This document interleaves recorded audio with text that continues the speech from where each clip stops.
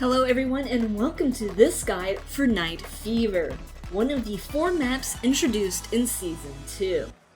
Before getting into it, I want to remind you to like the video if it helps you out, and subscribe for more Fall Guys content. And if you think this video could help someone else out, feel free to share it with them. Now, how can you qualify in Night Fever? Well, I will break down the obstacle course for you starting at the front. The first obstacles you will be faced with is a ramp with 3 swinging axes. You must be cautious on this ramp because there are holes you can fall through. So here's how you should approach it. When you first get to the ramp, I recommend jumping onto it just because I've found that it is easy to get stuck on the edge of where the ramp meets the obstacle course, especially if you're on the far left or far right sides of the ramp.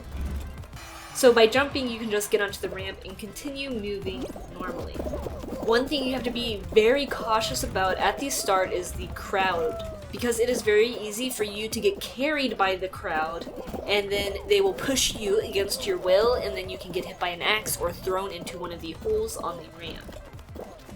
Usually sticking to the sides of the ramp can prevent the crowd from pushing you over, but that is not always the case.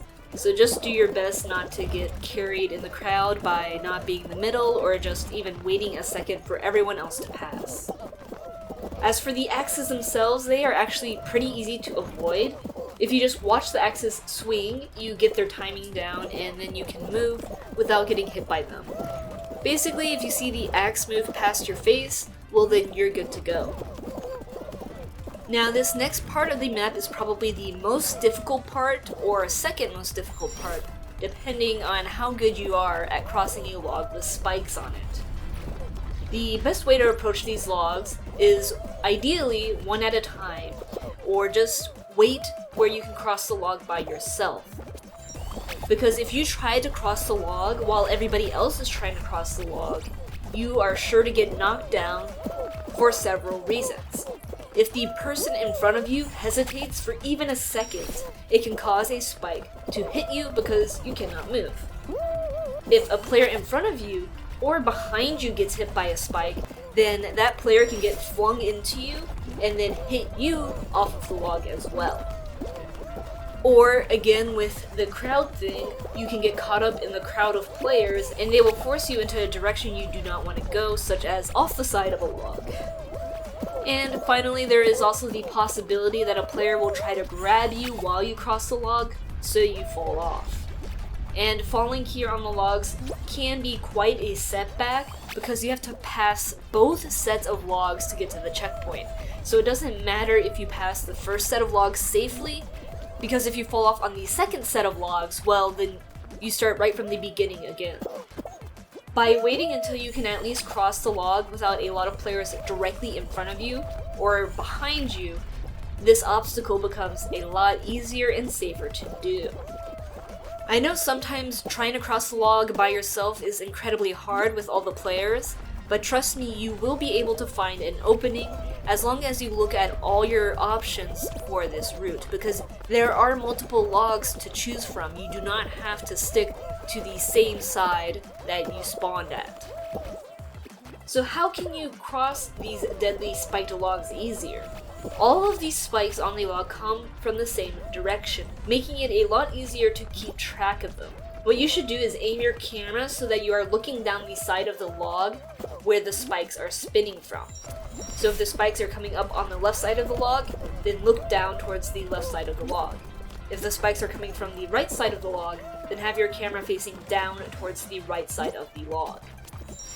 This will allow you to see all incoming spikes and then successfully go around those incoming spikes. You must think quickly here when you're navigating the incoming spikes, and also do your best not to hesitate because a moment of hesitation could cause you to get knocked off. But if you see that the way is clear, then feel free to stand still for a second as you wait for a spike in front of you to move out of your way. Another trick to cross the logs easier is to stay more towards the side where the spikes are coming from, because you can walk on the side of the log without falling off. So if a spike manages to hit you, then it will just push you up the log a bit, which gives you more time to navigate around the spike, allowing you to cross safely to the other side. Now, the spike can still push you off if you do not move fast enough, so you do have to react quickly if a spike does accidentally hit you. Now, if you are getting towards the end of the log and you think, oh, I can just jump there, think twice, because these spikes are actually quite tall, and I have seen so many people try to jump dive over these spikes, and they just get hit by the spike and flung off in a direction, and then they have to restart and do both logs again. So I highly recommend that you do not try to jump over any spikes at all, because they are going to hit you off. After getting past that, then you are just faced with a simple slime ramp with swinging axes. You should always go down the middle of this slime ramp, since that gives you the most safety, while being on the edges increases the chances of getting knocked off the side by an axe. I see a lot of people try jump diving down the ramp, but that looks slightly slower to me. I think the best way to go down this slime ramp is just to walk down it. But either way, both methods do work for getting down the ramp successfully, and it seems like no matter what you do, your character always falls over when you get to the bottom of the ramp, so it really doesn't matter that much. Feel free to jump dive or just walk down the ramp. As for the axes, these aren't very problematic. Again, if you see them swinging past your face, then you're good to go because it takes them a while to do a full rotation. The worst I've ever seen is that the axe blocks my path for a second, stopping my momentum, but then I just get up and continue. I've never really seen axes throw people off unless you are on the far left or far right sides of the slime ramp. So this part will be a breeze. Now this bridge will be the second hardest part of the course, or maybe it is the hardest part of the course for you. Everybody is different, but it's definitely a challenge. The reason this is such a challenge is because the bridge has multiple holes in it, as well as two big, thick bonkus boys that will try to hit you off the side. Now, to get to this area, you will need to drop down to the bridge, and I have realized you have to be extremely careful when you drop down to the bridge here, because it's actually really slippery when your character goes down.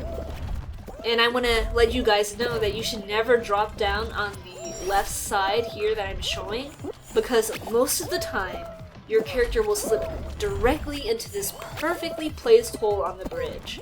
And so many people I see just go down on the left side and fall right into this hole all the time.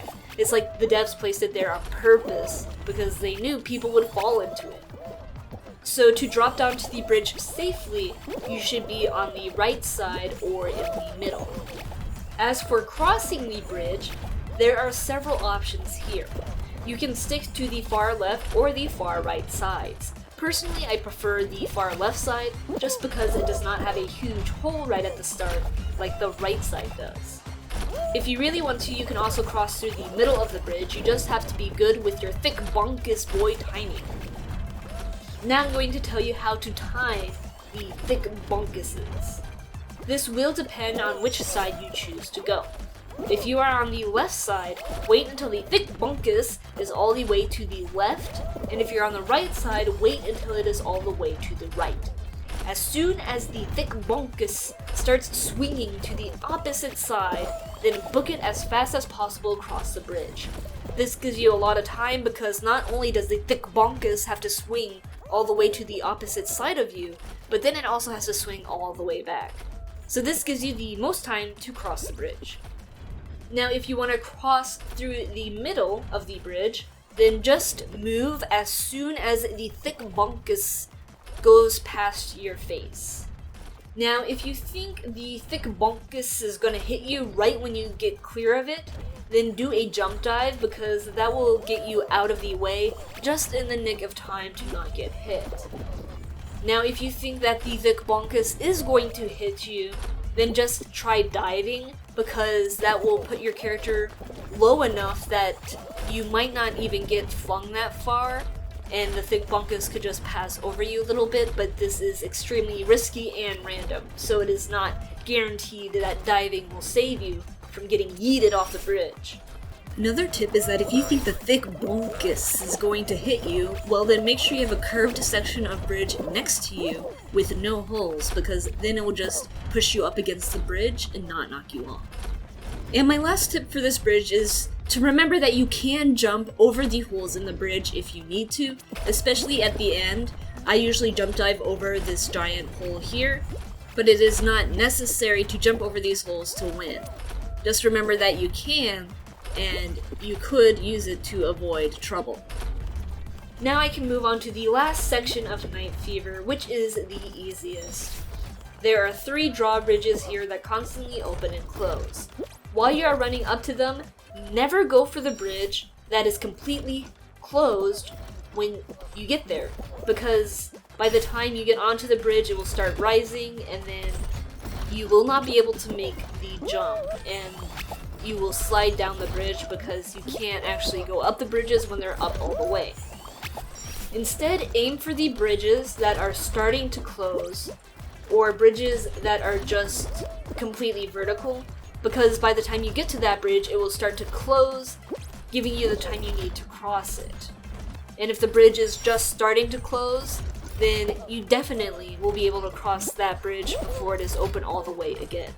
And with everything said, now I will show you a full run through of Night Fever so you can see everything pieced together.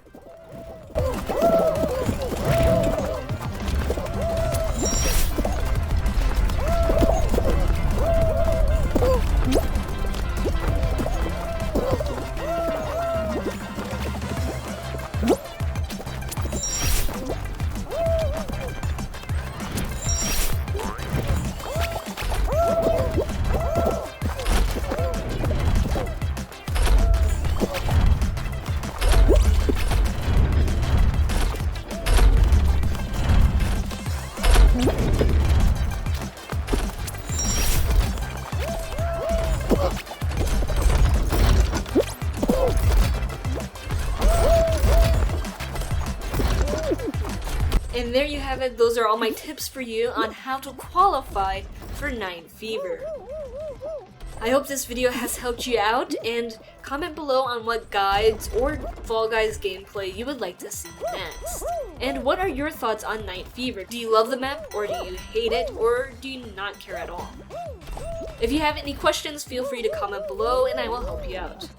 And remember to like the video if you enjoyed it and subscribe for more Fall Guys content. Thank you very much for watching, and as always, good luck getting your own crowns, and see you next time.